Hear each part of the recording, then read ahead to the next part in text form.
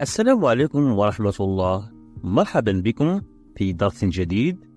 في فيديو اليوم إن شاء الله سوف نرى متى تنطق أحرف ENT في نهاية الكلمة ومتى لا تنطق. هذا الأمر يعد مشكلة بالنسبة للعديد من متحدثي اللغة الفرنسية. إذن لنبدأ الشرح على بركة الله. تنطق أحرف ENT في نهاية الكلمة في اللغة الفرنسية عندما يتعلق الأمر باسم أو نعت أو ظرف. Quand il s'agit d'un nom, d'un adjectif ou bien d'un adverbe. مثال للأسماء: Jean, son, sergent, client, président إلى آخره. مثال للصفات les adjectifs: évident, excellent, différent, transparent إلى آخره.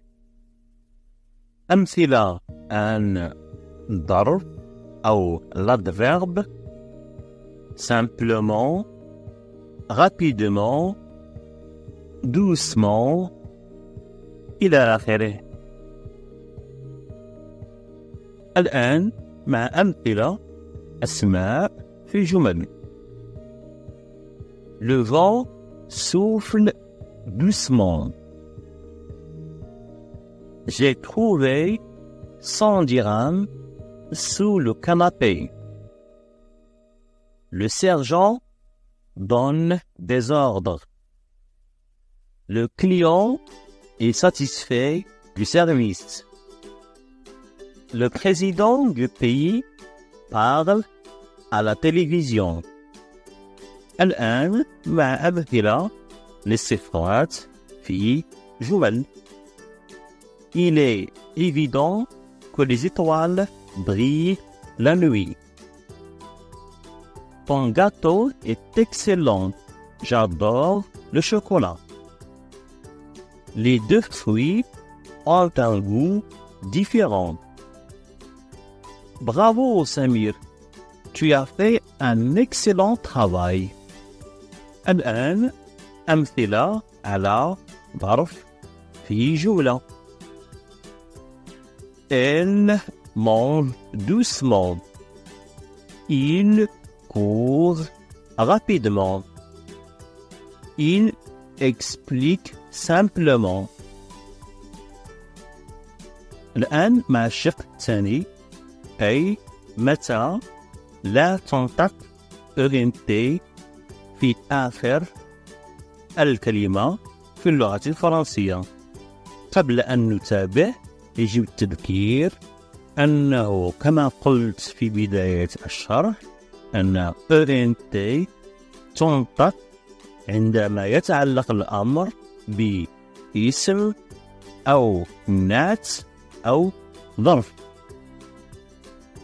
ENT لا تنطق في نهاية الكلمة عندما يتعلق الأمر بفعل مصرف في الحاضر مع الضمير الثالث للجمع، يعني un verbe conjugué au présent à la troisième personne du pluriel.